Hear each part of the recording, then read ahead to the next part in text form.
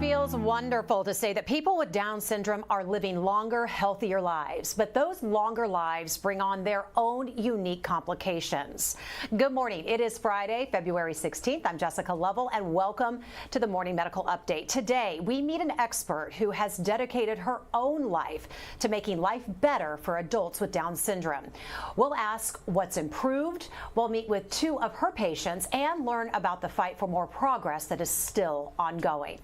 But first, in our morning rounds today, child psychologist Dr. Danielle Johnson is here to help us understand the concerning new report from the CDC this week. Teenage girls are reporting a record high level of sadness and hopelessness. More than 17,000 U.S. high schoolers answered a CDC survey. 57% of girls said they felt persistent sadness, up from 36% in 2011. 30% of girls said they seriously considered suicide, up from 19%. Meantime, rates for boys stayed pretty consistent. So, Dr. Johnson, are we able to tell why rates for girls have gotten worse? So that's a great question, Jess. And this study looks over the last 10 years. And if you look at the data, each year it goes up incrementally. So we've got a pretty significant increase over the last 10 years.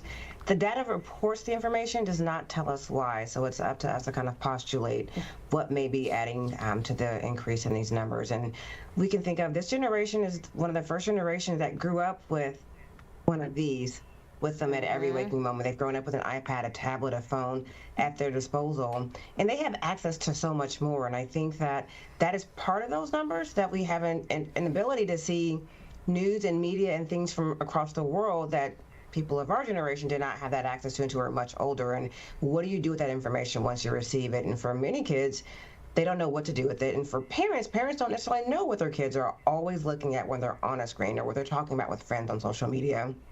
That we are, as parents, aren't intervening because we don't know to intervene at all the times.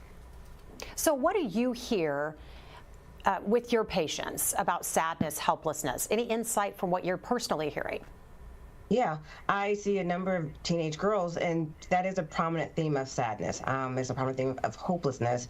And I have a couple of females I can think of in particular. They talk about kind of, why do I go to college? Why do I do all these things? Kind of these esoteric crises of, what is the point of all this when they think about climate change, when they think about race and culture relations, when they think about LGBTQ issues? And I've got a handful of females who are LGBTQ, and they wonder about their safety. They wonder about how they can be in this world in an open fashion and be safe. And so I think we've got a number of racial demographics that we've seen the racial awakening and the understanding of Black Lives Matter, for instance. If we look at the Middle East and some of the things happening in the Middle East, that our females seem to be more vulnerable because they are at risk of being assaulted or having more violence. And that study also talked about the increase in violence against females as well. And so if you have some awareness of what could happen to you, that would increase your sadness, your hopelessness, your level of anxiety of what could go wrong, because you see a lot of reminders of what could go wrong as a female. Dr. Johnson, full disclosure, you and I are kind of on a first name basis. Well, we are, because we have daughters. Yes. We have kids that are in the same age group. So I always have a lot of questions for you. Yeah. And you're right. We're going through this together, raising kids on these devices. It's very tough. And really, quite honestly, it's scary. So how do parents talk to their kids about this?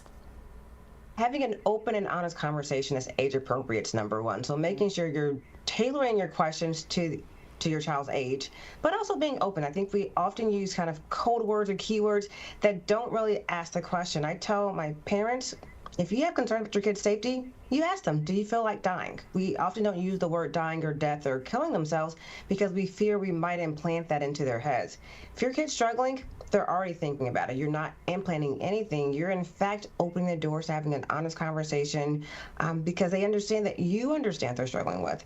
I encourage parents to have monitoring devices on kids' electronics. So make sure you know how to access any social media they have, that you have all their passwords, that your kids know as a parent you have the right, and you will look at their social media because you want to make sure they're safe. It's about being safe. And so parents talking to your kids about being safe and all the things you will do to help keep them safe for their protection and their safety. And so with that, your kids aren't surprised when you say, can I see your device real quick? And let me just see what you've been talking about and what you've been doing. And having a conversation so they then know if there's ever a concern, you're there for them. You can come to them and have open conversations. Yeah, stick your nose in their business all day long. Just lastly, real quick, are schools doing enough? What role do they play? You know, and the study talks about schools, and to be honest, our kids spend the bulk majority of their waking hours at school. That's where they have their face-to-face social interactions. They get home and get on devices, but their face-to-face interactions, majority are happening at school. So schools have a role because they have our children there for 6 to 8 hours of the day. And so I know some schools are doing innovative things with providing therapy in school from an outside counselor. They're having programming to make sure that kids have a safe place to go. And so collaborating with your child's school to help offer support, I think, is vitally important because, again, our kids are at school most of the waking time that they're awake. They're at school. They're there. They're either there or here. All right, my friend, Dr. Johnson, always good to see you. Thank you so much. A pleasure. Take care. You too. All right, let's turn to our guest today. Dr. Moya Peterson is a family nurse practitioner, a nationally recognized expert in caring for patients with Down syndrome, and the founder of the Adults with Down Syndrome Specialty Clinic here at the University of Kansas Health System. Alongside her is Lucy Wagner, a patient and one of our co-workers here at the health system. How are you both doing today? Fine, thank you. Good to see you. Lucy, great to see you. Great to see you. Yes, yes. And also joining us live is another one of our colleagues, Rachel Mast, along with her mother, Joanda. How are you ladies doing today? Great. Good to see you. Good to see you Hi. both. All right. Hi. Hey, what's going on? All right, Dr. Peterson, I want to start with you. Been a lot of progress over the decades, as we know. Public awareness and acceptance, that's one thing. But outside of that, the medical knowledge has advanced. How far have we come in terms of life expectancy? Well, right now the current life expectancy is 61 of an average adult with Down syndrome. But in 1985, which when you get to be my age, that wasn't so very long ago, that life expectancy was only 25. And so we have made a lot of progress in knowing how to handle their heart problems, knowing how to handle various and sundry disease, but we have a long ways to go yet. But we're learning a lot. So it's a relatively new phenomenon in medicine that these guys are living beyond the pediatrician's years. And so now we have to learn how to deal with them as adults. Right. So what unique health care needs for adults with Down syndrome are there? Well, now we're learning what it is to live with a congenital heart disease. They have a lot of autoimmune disorders, and so they have to learn how to live with celiac and rheumatoid arthritis and maybe diabetes, hypothyroidism. So those are things that we have to always take into consideration. So you mentioned it. It's kind of uncharted territory and very exciting. I know you're learning a lot still, but what's exciting you about the future, and what kind of information you're gathering, and where you think it's going to take us? Well, you know, they used to tell the parents, just take them home; they'll never be able to do anything. And we're finding out now these guys are wonderful guys. They are loving, wonderful guys, and they want to have homes, and they want to have significant others, and they want to have college, and they want to have everything, a job, everything everybody else does. And it's just exciting to watch as we're able to facilitate that and keep them healthy so they can do all of those things. And fair to say, you get pretty personally connected to the patients and their families. Tell me a little bit about that. Oh, I love them. I met the first young man I met with Down syndrome was when I was a senior in college, and we just clicked. And it's something that I've always just identified with them, and I kind of get them. And so I work we with see them. these moments here on screen. I think that really says it all. No words have to be said with that. That's one of my favorite times. Those are special moments when they put their head on my head when I'm listening to them, or they hold my hand, or they hug me. That makes my day, and I know what they're telling me is that they trust me, and that they know that I care about them and want the very best for them. They do. Let's bring in Rachel on that note. Rachel, what do you like most about Dr. Peterson? So I really like about her is that she is so caring about my health, and that she just loves being happy all the time, and that she's just a great nurse, and she shows me great health, and she's so respectful of my time and how much she just loves me for time. She gives me some time to talk with her. like even I'm ups or downs, she will always gonna be there. She always will talk to me about some things, about like some good talks, and she's outgoing. She's awesome. She's on the stage, and she's just her beautiful smile. She got a great smile. That's what I love about her, is because her smile. It's because she has a great smile, a great outfit she wears every morning. She has great hair in the morning. I love it. You've got That's great how I love smile, her. great It's style. fun. Great style, great smile, great hair. This is like how I describe my best friend, Rachel. So I think you've described like a best friend. I think that's fantastic. Jawanda, same question to you. What does Dr. Peterson mean to you and your family? Well, we're very excited that we live in a community where we have an adult Down syndrome clinic, because there aren't very many adult Down syndrome clinics. And I've known about Dr. Peterson for years before Rachel even started coming seeing her, and met her at national meetings. And it's just reassuring to us to have someone who is an expert on Down syndrome to help us guide our health care into this unknown, because as Dr. Peterson said, these adult years are a bit of an unknown and new charted territory for all of us. Rachel, we talked with one of your bosses, LeMay Dennis. She said she loves working with you. We talked with her. Let's listen in. Some days it gets a little hectic, but like when Rachel's here and she's really in a good mood, she'll dance, and it kind of breaks the monotony. It makes us have a good time up here. So, Rachel, tell us what you love most about greeting our patients as they walk through the door. I'm sure they love seeing your face. Well, I love being outside because, of course, people can see me up there. I mean, if you see me on TV right now, that's what I've been doing. Is to stand and to see people coming in, and that's what you just saw. What you just saw is a morning routine. You wake up. You get up there and you get a sign on the stage. I'm so happy that I'm able to be dancing and doing this. It's the best part of the day. If she's here today, if you see her today, she would know that I'm high energy. Right now, I'm high energy. I'm up. I'm high energy. I'm just so happy to be here. If you see me on TV, it's that I love to be acting and singing on the stage. And that's part of, you're going to see more of me tomorrow. I'll be modeling and stuff, and how much I care about my health, and I love being over TV. Rachel, you just explained why we hired you to be a greeter at our health system. We have found the perfect job just for you, because you're the first person people see when they come here. Not everybody likes coming to a hospital, as you well know. So to have you there greeting people, we thank you for that. So your boss said that you like to dance. We just saw some of your moves. What else do you like to do with your free time? So that's a great question. I've been waiting for this day.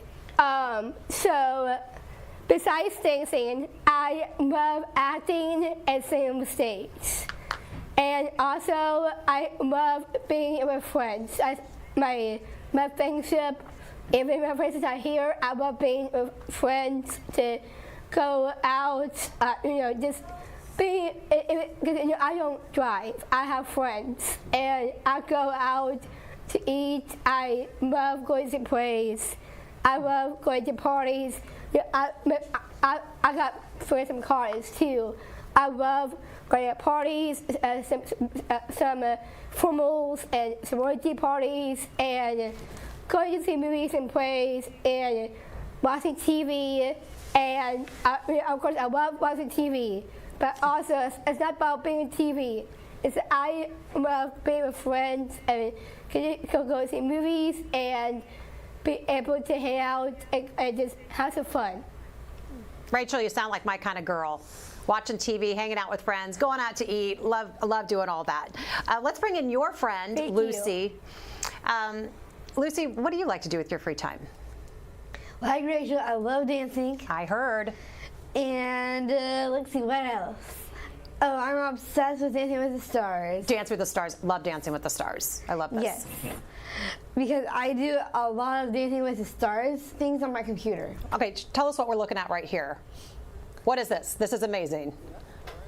It's me trying to learn the Argentine tango. Argentine tango. Okay. I don't know if you're trying. You're doing a pretty darn good job here. I love this. So you take But dance. I was nervous on that camera. I know. We brought our camera out, got you during your full session with your teacher here, doing an amazing job. I know. I knew you loved it. Look at you. I love this. You also love Travis Kelce. I told you he's going to be. do. So he's hosting Saturday Night Live next Saturday. Are you watching? I'll be watching. I with hope you. so. Yes. It'd be really fun to watch. We've got to watch this. Okay, so I want to talk to you a little bit more, Dr. Peterson. Well, let's get to some time with Dr. Hawkinson really quick, if we can. And send in your questions for us. If you have questions, go to YouTube, Facebook, or the Medical News Network. Let's get a check with our COPE account. Good morning. How are you? Hi. Hi. The dancing looked good. I know, Probably right? a lot better than me trying to floss or do the lawnmower or whatever. So Yeah. We'll try that later. looked It is really Friday, good, but though. let's lock it up. you okay? didn't look nervous at all. Right now, active cases are holding steady at 27. We've had that high 20s, mid 20s. Overall, 53 total cases, but the active cases, 27 active cases. Unfortunately, we have seen an increase in our ICU admissions. 8 in the ICU and 4 on the ventilator. And if you look at the recent data, particularly with the New York Times data, it does show that the vast majority of the hospitalizations are those people over 70 years old. The second category is those in the 60 to 69 age range too. So obviously this disease continues to affect our most vulnerable populations. It sure does. All right, Doc Hawk, need to get a thought from you on a headline regarding the future of flu vaccines using the same mRNA technology that we've seen in the COVID vaccine. As reported in the journal Science, scientists created a universal flu vaccine that fights all known subtypes of flu A and flu B. We should point out that this study was in mice and ferrets, but so we don't know if it works in humans yet. But as things stand now, doctors have to predict which flu strain will be dominant during the next flu season. We don't know. So would this mRNA vaccine solve that particular problem? It's one step closer to that, yes. In this particular study, just as you said. So this is a very early study done in the mice. It's a very good model for going on to the next steps of this, but it is very important. They took the antigens, basically the hemagglutinin, from 20 different influenza viruses that we have been seeing recently throughout the years, and we're able to all package those into one little nanoparticle essentially and deliver that as a vaccine. So instead of getting, say, 4 strains like you get in the current influenza vaccines, of which they also have to figure out which one do we think is going to be circulating during influenza season. That has to be done 6 months before. This would help negate that and really just create that cross protection so that there is that so-called universal influenza vaccine to help protect against many different strains, not having to really necessarily deal with what is the particular one we predict will be circulating at the time. So it is a very good step forward, and we still don't understand, how many different flu strains can we put into this vaccine. So right now in this study they use 20, but maybe we can use more. So I think it is very exciting. We know this mRNA technology for vaccines has been very good for COVID-19, and now we are putting it into other vaccines as well, and this is a good first step. All right. Dr. Hawkinson, thank you so much. So I want to ask you, Lucy, I see you working down when I go down to get my lunch. Tell folks what you do here at the health system. Well, I am a dining room host, so I'm out cleaning tables, stocking silverware, condiments, yeah. Well, here you are, back here getting all the stuff, stacking our place. I love the D&G Cafe. It's so nice. I have to admit, I was telling your mom, you work hard, but I do see you visiting with people and you work the room, which I love, talking with folks and just really like enhancing their experience when they go down to get their lunch. So, and you work hard, and we appreciate that. I love this. I love this video. You know when we first met, though? Do you remember me from when we first met? I think so. Okay, so I told you that for when I first started here, I was like, why is there no ice cream? Why is there no ice cream in this hospital? Like, there's something about having an ice cream in a hospital that I love. And then you show up, right? Yes. From where you worked before, and you brought your ice cream over. Tell us about Yes. that and where you worked before, and that there's an ice cream named after you that you can get here at the hospital. Yeah, there is. Okay, so the Golden Scoop had an opportunity to sell ice cream at the University of Kansas Health System, and I was there when I got to deliver the first 500 scoops of ice cream. And I had several of them. I did. Yeah. Tell them about your flavor. So my flavor is Lucy's 41, and it's a dairy-free vanilla ice cream. You can find it in the Heart Center and at the D&G on 39th in the Cambridge building. Okay, these are important questions. People need to know where to find the ice cream here at the hospital. So Yes. thank you for bringing that You're over. welcome. And I love your flavor. What do you love so much about Dr. Peterson? Oh, I love her. Tell me all about it. Well, she likes up my, when she walks into the exam room, she just lights up the room. Who does that? I don't know.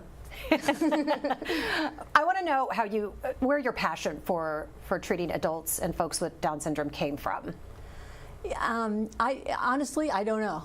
I met this young man when I was a senior in his day services, and I clicked, and there's just something about these guys that just tugs at my heartstrings. I think the other thing is special needs. I just feel drawn to them because they haven't always been given the best of care, in the past, and I just wanted to provide the very best that we could for them. And you're doing that. How did the adults with DS specialty clinics start?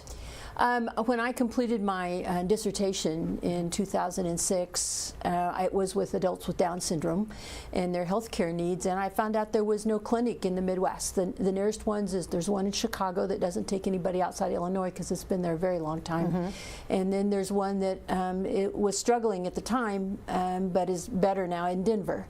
And there's really no specialty clinic. We have a real good one over at Children's Mercy for Kids, but there was no specialty health care for adults in the Midwest. Yeah, fulfilling that healthcare need that is evolving. Yeah, and I felt like KU was the place to do Love that. the work you're doing. Joanda, I heard that you're involved in a lot of advocacy when it comes to Down syndrome in our community. Tell us a little bit about that. Well, we had a prenatal diagnosis with Rachel, so before she was even born, I started hearing about outdated laws that make no sense, like being unable to save money and all those kind of things. And I've always kind of liked advocacy and had done a little bit of it before Rachel was born, so when she was born, I really jumped into that. And I worked myself into a job as the manager of grassroots advocacy for the National Down Syndrome Congress. And I work with people across the country in their states, but also on the federal level, to help get policies that are good for people with Down syndrome. I have worked outside of my job and helping teach people how to be advocates. And really what we try to teach people is learn to tell your story. And if you can tell your story to leaders and influencers, you can use it to make a difference. And that's what Rachel and I have done. Rachel and I worked for 8 years on a law called the ABLE Act, Achieving a Better Life Experience, for the first time, and it was passed. It took us 8 years, but it passed.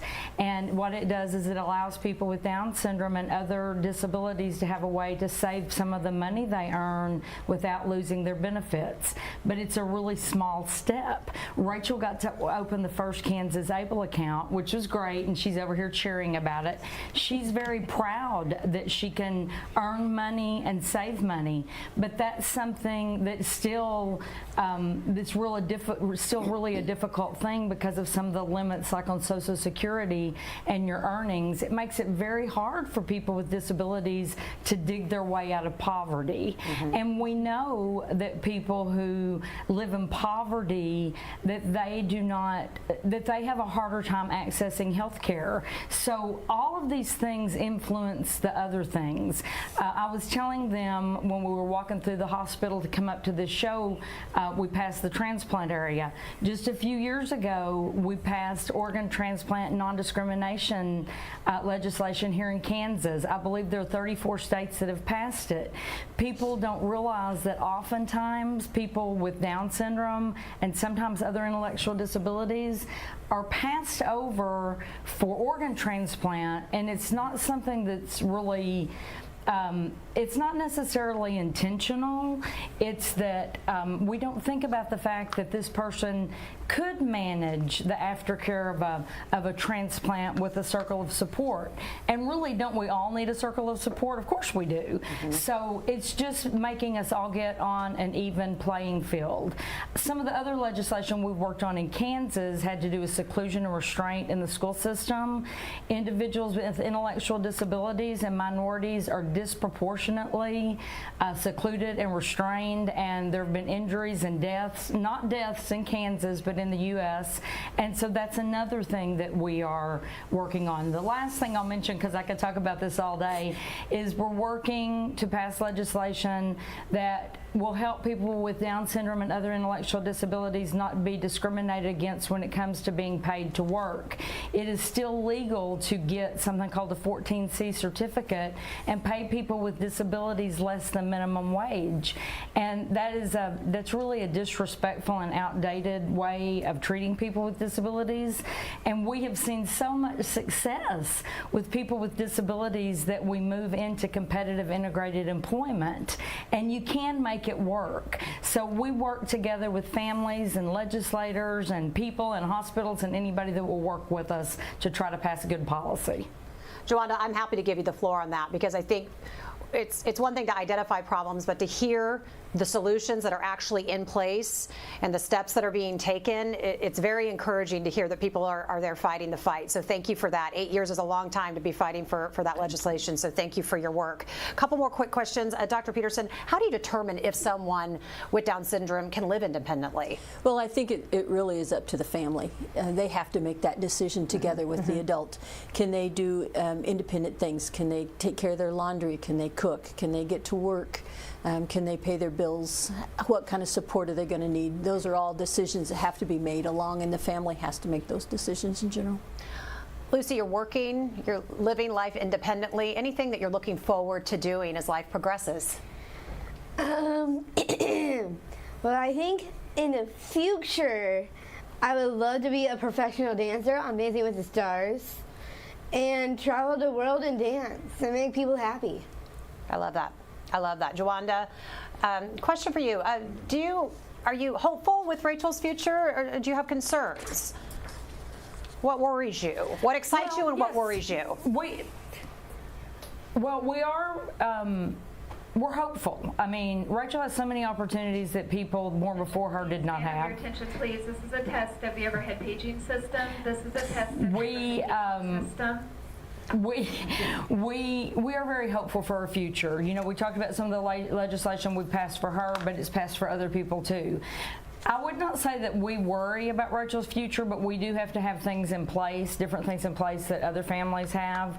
We have to make sure we have things set up. As Dr. Peterson said, used to people with Down syndrome lived 25 years, now they're living 60 plus, so they're outliving their family members. So there's a caregiver crisis, so that's something we're concerned about. But I am hopeful because I do think that we have some great supports in place. Rachel's ability to save some money. Rachel's famous for saying that she told our Senator Moran the first time she met him that he needed to sponsor the ABLE Act so she could live in a pink house. That caught on across the country, and people are still sending us pictures of Rachel's pink house. But that gives me hope. It gives me hope that we have so many more options now than people used to have. But we do have things that we have to put in place to make sure. Rachel would tell you, I'm not telling any secrets, that managing money is very hard for her. So she really looks to me to help her with that. See, she said that's true. Money's very hard for her. There are other things that are hard. But you know, we all have hard things, and we figure out how to find supports to do those. Hers just look a little different than that. Let's check and see if we have any reporter questions on the line. Let's get to our community questions. We've got a few, and I'll start with Jeremy. Jeremy wants to know, Lucy, what's the part of your workday you look forward to the most? Going to lunch. Yeah, right? Yeah. Truth be told, that's kind of my favorate part too. Yeah. So I have that's two favorite days that I get my lunch here at the hospital. At the DNG, they usually have Taco Tuesdays, and then they have Wing Wednesday. Wing Wednesday is Yeah. spot on. Our whole Yeah. crew is like raising the roof right there. they're fist bumping for Wing Wednesday because the food over there is Yeah. amazing. We love walking over there for that. Question: what was school like for Rachel and Lucy? Lucy, I'll let you start. Okay, I was treated in the elementary. I had a lot of troubles with teachers in the past, but I remember that I got a lot of good things come out of my elementary. Good. When I got into middle school and high school, I was like in regular general education classes where other kids with Down syndrome don't, because they get put in different classrooms to learn their different stuff.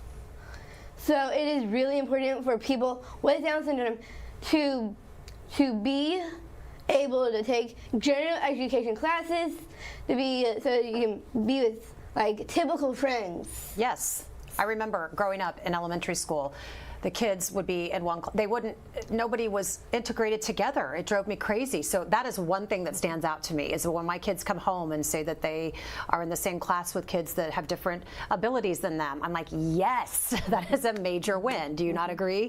No, that's true, but I think as important, not more, maybe as more important, but as important too, is not only to involve them in school, but to encourage your typical kids to ask them out for other stuff. Yes. And be a friend.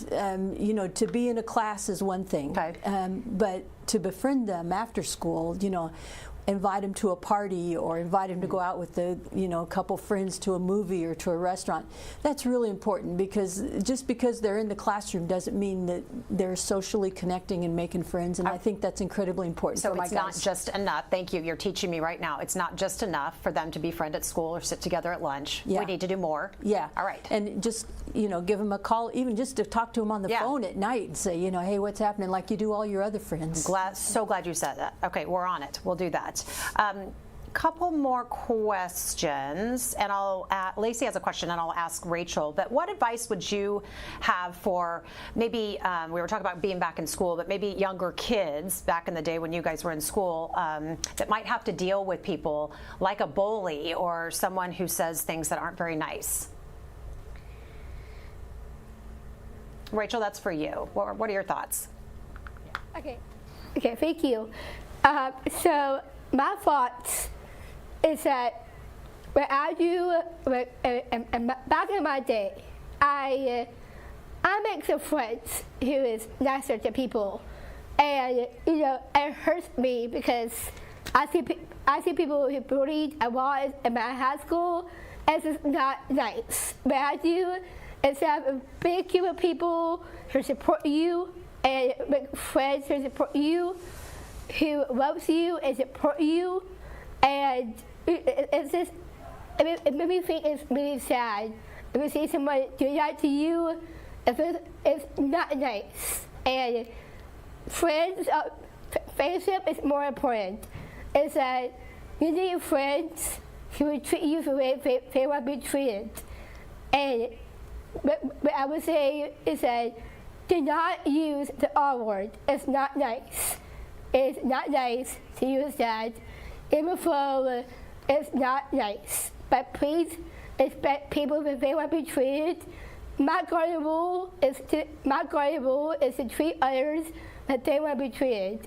And please treat them when they want to be treated. Even at workspace or with or without Down syndrome, we need more respectful. And some people, I'm a self-advocate, and I also do self-advocacy. Also, I want to step up make some friends. You need to be out there and get up there and get some friends who is trustworthy. And also, my other thought is to act and trusting adults. If I get bullied, I come to my parents. That's what I would do if I was you. If I go to school like that, I'm not going to treat like that. It hurts me. It breaks my heart. And I was paying this more later on, but I love making friends. Yes. Rachel, thank you for saying that. Lucy, I want to give you a chance to share your advice. Okay. Being in high school when I was a junior, I remembered that I got hurt by someone that had autism because I was physically hurt. I had a major track burns on my arms, and today those bullies just made me stronger. I love that. They make you stronger. Yeah. Yeah. Your bullies aren't sitting here on TV sharing their story and living a great life. I appreciate that so much. Thank you. And I think that's why it's important to have friends. Yes. Those, if I would see somebody bullying, I would step up if I was her friend. Absolutely. And so that's another reason to have friends, just not classmates. And you are, exactly, not just classmates. I really love that. I hope other people, that resonated with people the way it resonated with me. It's not enough to just be in the class and be nice. It's more than that. And you're like their best friend. You're one of their many best friends. I hope so. I hope so. I hope they feel comfortable, telling me what's going on in their lives and what they want from life. And when I ask them, how are you doing? I mean, I talk to them and how are you doing? And do you have any concerns, that they're open enough to say, yeah, I do. I do have this concern, and we talk about it. Lucy and Rachel, thank you for those wonderful final thoughts. We hear you, we see you. Jawanda, your final thoughts today. Well, I want to thank you for the opportunity to be on, because I think it's always great when we can educate people. And you admitted just now, that you learned something. We all learn something every day. But it's just been a great opportunity to be on and talk about this. I do want to say one more thing about the inclusion and the friends. I echo everything Dr. Peterson, Lucy, and Rachel said. And, Dr. Peterson hit it on the head when she said it's not just enough to have our children in classrooms, that they need to be included in other ways. But I also believe, and I think research supports this, that when our children with disabilities are in classrooms with people who don't have disabilities, and when they work and play together in school and in the workplace, they are going to, like you said, be the people that are going to stand up. They're going to be the cheerleaders for Rachel and Lucy and stand up to the bullies when mom, dad, Dr. Peterson, or another adult's not around. So inclusion is a really important concept. Thank you so much, all of these guests, for your words and your thoughts. And Dr. Peterson, I want to get your final thoughts. And before you get to those, would you tell us where someone can get in touch with the Adults with Down Syndrome Clinic? Sure. I'm very grateful to the people that let me start this clinic in the Department of Family Medicine. They were very supportive, and there's a stat that I read that 38% of all Americans know someone with Down syndrome. So that's over a third of our population. So I was grateful that the clinic was supportive. So if you need to get in contact with us, you can call the Department of Family Medicine and Community Health, and they can get you in contact, or you can call me directly and leave a message on my phone. And do you want me to get that number? Well, you know what? We'll get that posted in the feed on where they can go, and a website where they can find more information. You can call my office and just leave a message, and I'll get back to you, and we'll get things rolling. You'll get right to it. Personal attention. Yeah. Final thoughts. Is there anything that that as we head out on this Friday and head into the weekend you want us to know?